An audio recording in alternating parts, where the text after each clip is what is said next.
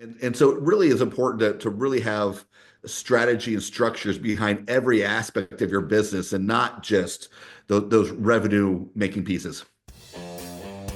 Hello and welcome to Pillars of Wealth Creation, where we talk about creating financial success with a special focus on business and real estate. I'm your host, Todd Dexheimer. Now, let's get to it. Hey, welcome back to the show. Your host, Todd Dexheimer, and excited to have Jon Bassford today. Jon, how are you doing today? I'm doing great. How are you doing? I'm doing well. So Jon is the uh, founder and CEO of Lateral Solutions. Also, you got a book coming out. What's the title of the book? Is it out yet, or is it still coming out? Yeah, it came out. The official launch date was February 22nd. So what, Okay, so it just 3 weeks came out. ago now? Yeah, The title of the book is The Curious Leader: Unlocking Innovation, Empowering Teams, and Driving Change. love it.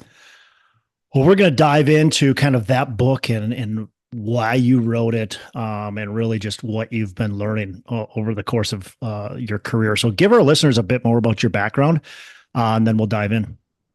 Sure. So right after undergrad, I went to law school. After law school, wasn't quite sure that's what I wanted to do, and fell into working for a legal organization that was a member of a law school while I was trying to figure out what the next steps were. And I thought it was going to be kind of a very temporary thing, maybe 6 months to a year. Ended up turning into a 6-year gig, but really is where I started learning how to analyze operations and grow operations and really started moving that way for my career. And that next role really is where I solidified that.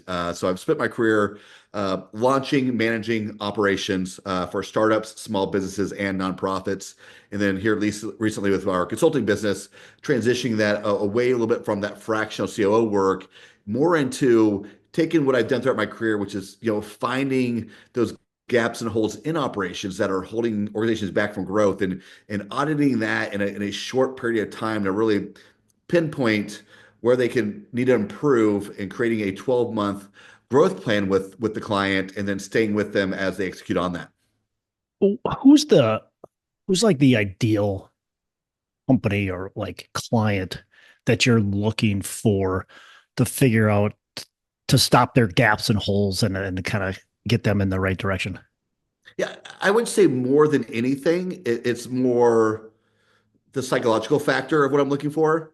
Hmm. I'm looking for owners, CEOs, founders that are looking to grow and know that there's always some blind spots, some hidden pieces in their operations that if again, some CEOs, they know it, right? They know, like, I know something's off, I just don't know what it is. Just can't find it. Right. Others are like, I want to grow. I want to make sure my foundation is correct. And so those are the two that I tend to work with the most. Size wise, I've done everything from $500,000 a year in revenue to 30 million.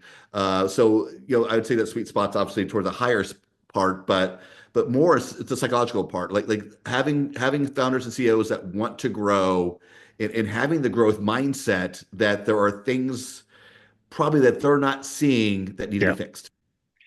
Yeah, I find it so like it's just really interesting because you're in the day-to-day grind in your business. If you're a COO, a CEO, you're running your business, you're in the day-to-day grind and you sometimes just can't see what other people can see. If somebody can just peer in from the outside and go, this is what's going on in your business, sometimes you just don't even realize it. And you think, well, of course I know everything in my business. I'll know everything. I know how to fix everything.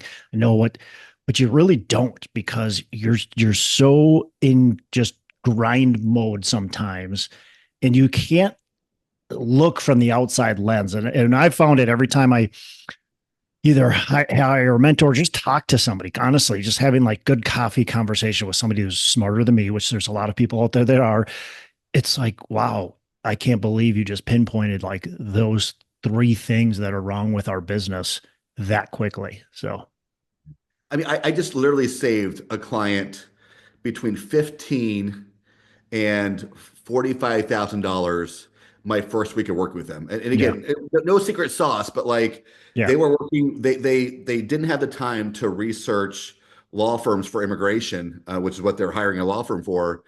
And again, I was like, look, before you pay that, you're questioning that because they doubled their possible range of what they thought it would cost. I was like, let me reach out to my network, find another immigration attorney instead of going to a big law firm, which was everyone goes to first for business. Found someone from my alumnus from my undergrad from my law school, and dropped it down to 5 grand. And Yeah. I mean, I spent a little time obviously going through my Yeah. network, Yeah. emailing people, but like no heavy lift. I just knew to ask the question, right? And that's an important piece of this is taking the time to ask the question, slow down a little bit, make sure Hmm. that you're given that time to let things sink in, and instead of just rapid fire. Yeah. Yeah. Which again, like if you're in the day to day grind of your business, you're oftentimes rapid fire. That's just how it is. So, Jon, talk about are there specific gaps that you see in most? Is there like a commonality in most businesses that you kind of see out there, or is it very greatly dependent on the business? Yeah, there's always nuances, but I would say again, I've worked with for-profits, non-profits, startups, small businesses, and I think one of the biggest things that I see is the founders, CEOs, owners, whoever it may be, whoever that top executive is, getting sucked into the operations and not staying high, right? Like Yeah. a lot of people, what they tend to do is outsource their zone of genius first Mhm. and don't touch the parts they shouldn't be in. And so they get drawn into that, They right? get drawn in the little things that don't really that don't excite them. Right, Yeah. 100%. That leads to burnout. Yeah. That leads to lack of growth. It's usually something that's they're not even good at, so it leads to less productivity. That's one of the big things. And the other factor is, again, in that same kind of line is not investing in the operations piece.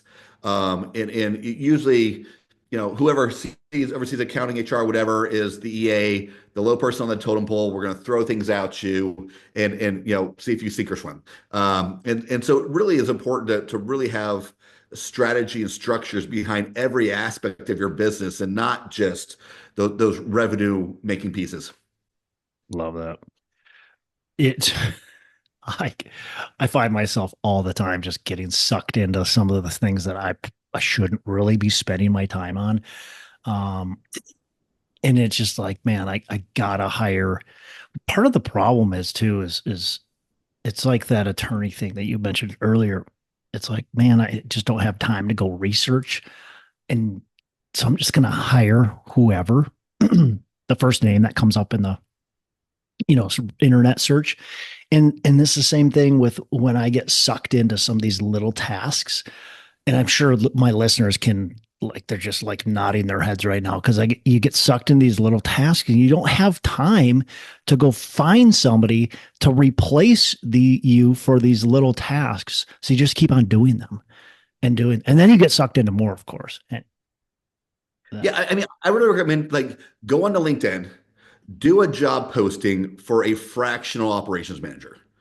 Um, and, mm, and, and for the most part, this is one of those areas where like find someone who has done some things in the areas that you need help with and hire them. Like don't overthink it, right? Like if they can you can communicate with them well through an initial interview, you see that they've done X, Y, and Z, which is what you need filled.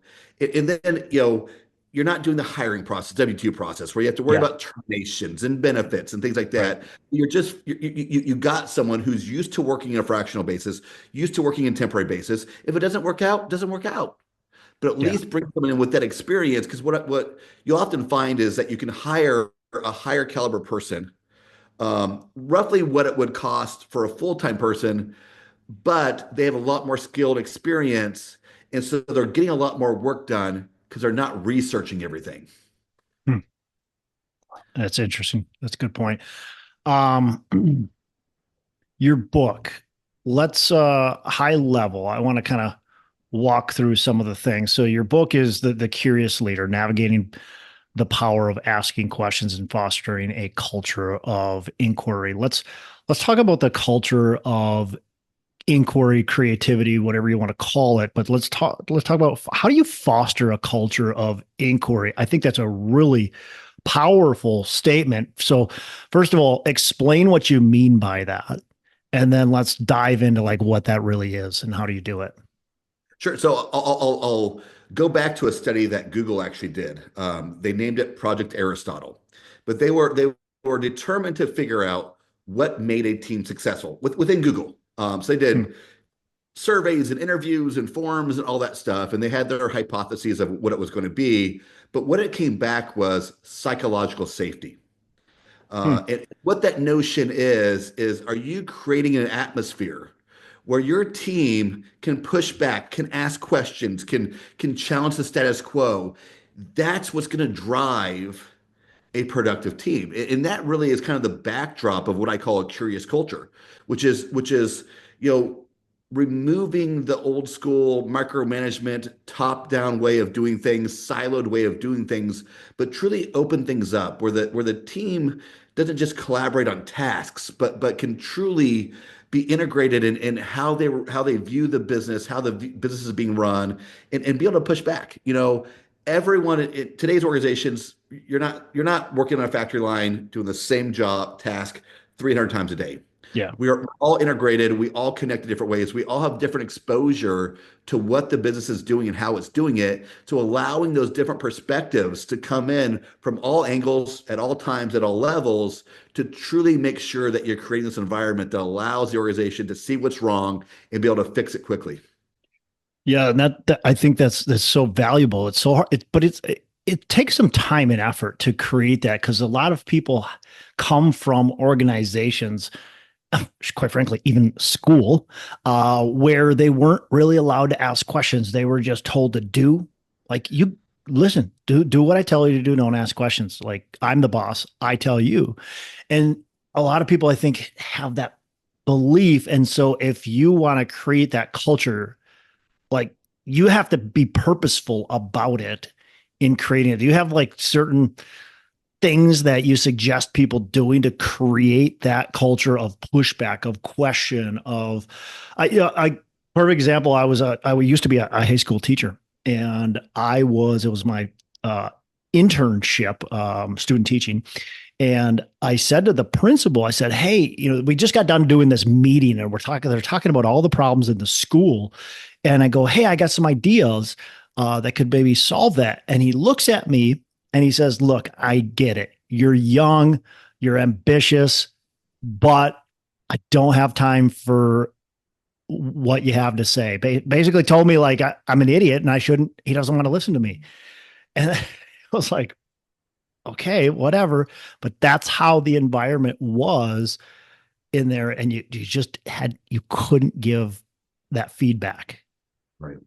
Yeah, yeah, I mean, you hit the first thing on the nail on the head, which is intentionality. Like, leaders have to decide this is the culture I want to have and be intentional about it. And the first, most simple step is communicating that. And communicating that intention every single day, every single meeting. Hey guys, I want to hear your feedback. Like this is open ended. Like this is communication. This is how we're going to operate from now on. And again, it's going to take a little time for people to trust that and open up. But here's a few things that the CEO can do. One, in meetings, when you're having kind of that feedback loop meeting, you're doing, rehashing an event that just happened or something, and speak last. Hmm.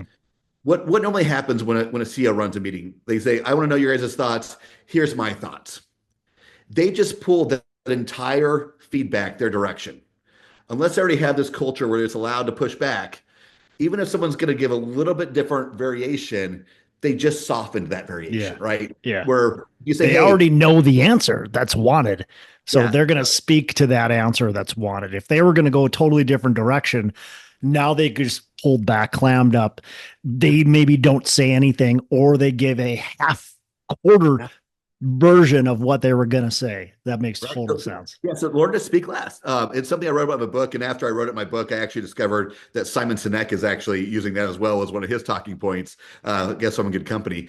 So that's a good first thing, right? Is learning to do that and also getting to know your staff. I mean, that really goes to the psychological safety thing. Not, do it in the group meetings and in staff meetings where you're talking to everyone, but then also instill that in one-on-one conversations. Get to know your staff of what makes them tick, what makes them excited to come to work. What do Mm, they like to work on? Ask them one-on-one where they see problems, where you could help make their job better. What would yeah. make things easier? What tools do they need? One-on-ones probably likely to garner that trust a little more initially than the open meetings. And then another thing I always talk about is ask the new person. And you hit the nail on the head. What happens when we have a meeting? We say I want people's feedback, and the new person talks. It's like, oh my gosh, why are you talking? You just got here. You've been here 2 weeks. What the hell could you know? Well, they're the one person in the organization who isn't bogged down by the habits, the Yeah. traditions, Right. unspoken cultures that exist. They're the ones that can bring the freshest eye, but we don't want to listen to them. When Yeah. so make that a habit too. Learn, have a meeting with the new person every week the first 3 months. Dump on me, right? Like I want to hear what it is that's wrong with this place. Let's fix it together, and then have those same conversations with all your staff, and you really can start building that trust little by little. It will take a little bit of time, but you'll see mass improvements once you cross that barrier of like, okay, this person means it. I can trust them that I can ask questions, I can throw out ideas, I can make suggestions. Well, and back, like taking that new person, whether they're brand new, fresh, maybe out of college or wherever, or they came from a different company, and truly getting that one-on-one and going, what's going on? It's similar to hiring you, where you're coming into a company, looking at the overall structure of this company and going, okay, this is what I see as some holes. They're in a similar position as that, as they're coming from the outside. They haven't been in this broken culture for the last 6 years, bogged down by the day to day. They're looking at it, like you said, like what's broken here? They can see it already a lot of times. They can go, hey, this is what I see. And if you got to create that environment, right? You can't, a lot of people will clam up pretty quickly if you say what's wrong, because they don't want to get fired. They don't want to look like an idiot. They don't, so you got to keep on probably harnessing that. But I love the idea of the CEO speaking last. I think that is very wise for every company. I'm going to take that into now what we do, because that's kind of what we do is we speak first all the time. I speak first, and then still ask those. I try to do what you've been talking about, but now I'm going to speak last. I think that's Yeah. super wise. Yeah. And while going through this process, continue to listen. Figure out where those hiccups are. I was hired on as a COO, as a change agent for an organization that had been in the red for 3 years. They needed to revamp their entire organization. They just fired half their staff. Hmm. And I was, for the first time, was really talking to the staff about results. I want you to own the results. I want you to get away from micromanagement, find ways to tweak and change. And I kept using the word change. But it was clamming people up because their immediate response was, but I'm doing exactly what I've been told to do, Yeah. the last 3 years. So like, I'm not doing anything wrong. And so I started using the term redirection. I'm not making you change because you're doing something Yeah. wrong. You're not doing it wrong. Exactly what was being asked of you, but we Yeah. learned it didn't work. So I'm going to redirect your efforts this way Love down a that. different path, right? And it really opened up the narrative with the team. Yeah. Love that. Um, how do you drive decision making within your organization? Yeah, I mean, that's one of the pieces of our audit process is looking at decision-making framework and the organization identity. And the key to that is really, you know, the people who are making decisions on a day-to-day basis, are we aligned in how we view the organization? If the CEO is a risk taker and the CMO is not, that's where the problems come into play. When everyone's aligned with how they view the organization, where the organization's going, how fast we want to get there, how risky we're going to be, that's when decisions can happen a lot quicker. It's when there's misalignment in that is where things break down, and we realize we're about to sign a contract we've been working 3 months on, and all of a sudden says, hold on a second. I don't like something about this. And so we just wasted 3 months of work. So truly making sure that we're aligned in how we view the organization and how those decision making should be happening, and then have parameters. Like, look, this is your wheelhouse, this is my wheelhouse, this is their wheelhouse.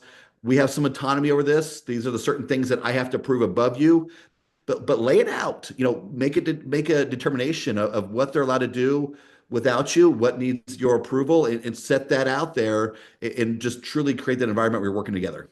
Yeah, no, I love that. It goes back to this a lot of the same, right? Just be open, be honest, like communicate well. A lot of this is communicate really well with the people that are working with you and for you. Um, it's really hard, I think. So I own a assisted living business, and it's really hard when we come into a new business, when we acquire, we're actually just taking over property, just the full management. We had some third party groups, and now we're taking over the full management. What has been difficult is motivating the entire workforce to really grab onto what we need and want, right? And one of the things that is difficult is it's really it became a culture for these people to say, well, we don't need to fill these buildings up with residents. The less residents we have, the easier it is. And we say, well, that doesn't create profit for us. We need more residents. By the way, more residents actually makes it better, easier, and it's better for those residents because this is all about community. And so but anyways, with that is like, how do you create that motivated workforce that wants to come to work and um, wants to make that change? Yeah, so there's a couple of things. I mean, going back to getting to know your staff is find out what makes them excited. Now, Mm. this is a conversation I often have with the younger generation, that they only want to do what they want Yeah, to do, nothing else, right? And, right. and and I actually tell people, like, you should want them to want to do what they like to do. Like, are you going to be more excited doing 90% of what you like and 10% what you tolerate, or 10% you don't, or 90% you don't want to do and 10% you like, right? We, Yeah, we want to put people in roles that excite them and motivate them. yeah, Now, if you're a nurse in an assisted living facility and you don't like changing bedpans, I mean, there's not much you can do, right? right. Like when You're in I the have a wrong spot. right. So first of all, get to know your staff, right, and Yeah, figure out what the problem, where does the problem lie? If it's fear of change, if it's fear of growth, if it's a fear of being overworked, have conversation about that. If they just truly don't like their job, help them find a new one yeah, outside of your organization, right? Like yeah. I do believe in the mantra that if you are changing a culture and people aren't leaving, you're not changing enough. You're not changing it. Period. Yeah. Yeah. Yeah. Yeah, I agree with that one. We definitely nobody likes to fire anybody. No, Well, I shouldn't say that. Maybe there are some weird it's people, true. but I think most people don't like firing people. But at the same time, I'm a firm believer. It sounds like you are. You got the people that work for you need to be in the right spot, and if they're not in the right spot, they need to find a spot that's better for them and with a different organization, or maybe it's within your organization too. But that's going to make them happier, as you just mentioned, like 90% of what you like, not 90% of what you don't like or have to tolerate, right? Yeah, and sometimes you got to look at firings and transitions as helping them out. I've been in a position before where I stayed in a role too long. Yeah. I'd done the changes I needed to change. I should have gotten out when me and the CEO started butting heads a little bit, and I didn't, right? And I stayed on slightly too long. People do that all the time. Why do CEOs keep doing the tasks that they shouldn't be doing? It's comfort, it's safety, Mm. it's habit. Yeah. Employees do the same thing. They get into a comfort level that it's scary to not have pay. It's scary to look for a new job. It's time consuming to look for a new job. But sometimes what they need is that out. They're not happy. And Mm. they show you every single day. And Yeah. that's why, again, going back to psychological safety, having that environment where you can open up to them, they can open up to you, figure it out, and work on a phase transition. So you're not like firing them tomorrow. It's like, look, you're not happy. We're not getting the results we want. Let's work on finding you a job over the next 4 weeks. I'm going to help you do that, right? I'll be a reference, but let's find a place where you're going to be happier and you'll have a bigger contribution because you enjoy what you're doing. That's the way to go about it versus dropping the axe. I love that.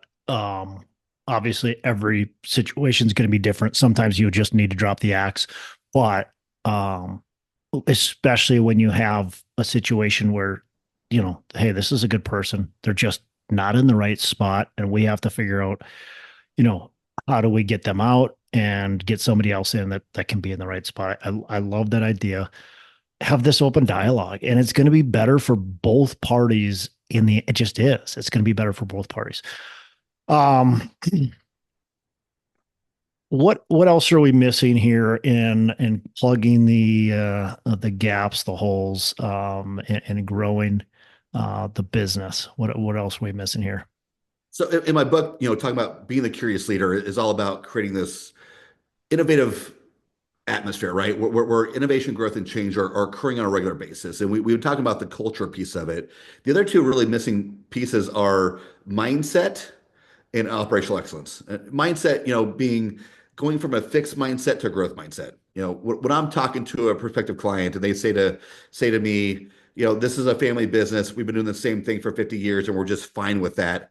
Mm, You are not the right client for me. Like yeah, I'm looking yeah, for people who like, hey, look, I'm at 5 million. How do I get to 10? I'm at one. How do I get to five? Like those are the people that I want to work with. So working with people who first of all believe they can do better and then have the humility and the curiosity to say, but how do we get there? yeah, And that kind of goes into the operational excellence piece, which I define as an organization's ability to achieve its intended results as quickly and effectively as possible. And so that gets into all the processes, it gets into the staff, gets into everything your organization does. Again, looking at the decision making framework, looking at your culture, looking at your operational maturity, your operational efficiency. All of these components come together to do that. And then how obviously how the culture piece comes into play even further is, unless you're the lead singer of a one person band, you can't do it all on your own. You yeah. got to bring the staff with you. So that's the culture piece comes into that to help you find those pieces of operational inefficiency and weakness and work together to constantly fix that. Thinking about kind of the agile development of software development, apply that to every aspect of your business. Mm. Yeah, even if you are the one man band, if you want to grow, you're not going to be the one man band for very long. So, Right, right. that's good. That's good stuff. So, what's a mistake that either you have made or you see a lot of businesses making, and how have you learned from it? I think at times in my career and even in consulting, again, staying somewhere where you're stuck too long.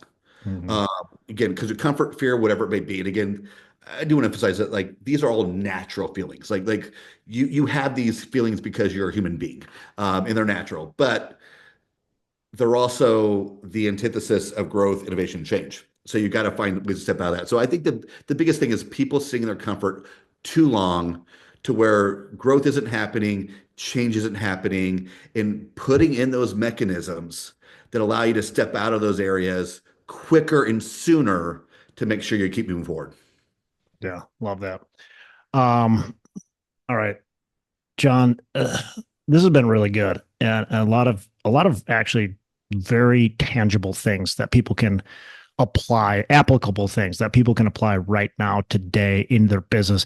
And I've been writing a lot of notes. I mean, I've got a lot of stuff that I want to talk to my team about right now, and thinking about how we can change things. Um, Really, just making sure people are in the right seats, obviously doing what they love, right? Focusing on the operations. all that. I mean, there's so much good information here. All right, couple last questions. What's a favorite book you can recommend to our listeners?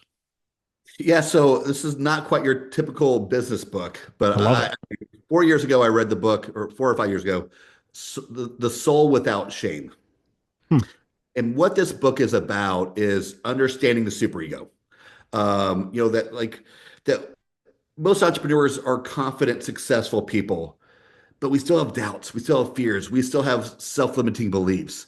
And what this book is all about understanding where in the biology of the brain in the evolution of man, that sort of thing, where that comes from and how to hinder that being an effect on your business, on yourself, which obviously affects your ability to grow your business as well. Soul Without Shape. I've never heard Shame. that one. I appreciate you giving me something new. I always hear a lot of the same books. So it's really cool to get something totally new. Last question. Well, maybe not last question, but we're getting there. What are your three pillars of wealth creation? Sure. My biggest one is time. I believe it's Love it. time being the biggest piece of wealth that we have, which allows us to be better parents, be better friends, be better human beings, that sort of thing. So that's a big piece for me, and that's where I see my financial wealth. I Yeah. want the financial wealth to give me the time and freedom. On the financial wealth side of things, growing my business. Like I want to be, I have several different strings of revenue for my company, and want to keep those growing and make that get to a size to where I can truly be that high level CEO, in my own company, and almost be an advisor for my own company versus being the day to day. And lastly is having my money work for me while I'm asleep.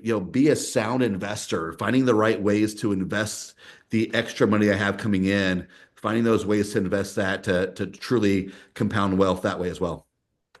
What's your favorite? Do you have a favorite right now? Investment or a strategy that you're liking today?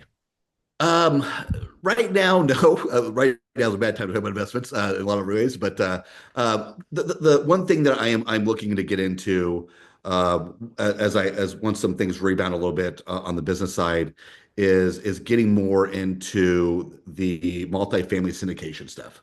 I'm a part of. I've done some of the, gone to some of the conferences and whatnot, and connected to a few groups that really focus on the value add multifamily businesses in the Midwest, especially, et cetera, where it's a different kind of business model that actually allows you to have smaller ownership, but you get your cash back quicker and that sort of thing. You can be a part of bigger deals, and really want to really my eye is really getting on that to really have my money work for me while I'm absolutely doing nothing.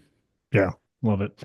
Time. You mentioned time, which is so valuable, right? How do you create more time? Like, how do you get it to where you have time to be able to do the things that, like you said, like spending more time with your family, like doing those things? As I think we all crave that. I crave it. I'm sure you do as well.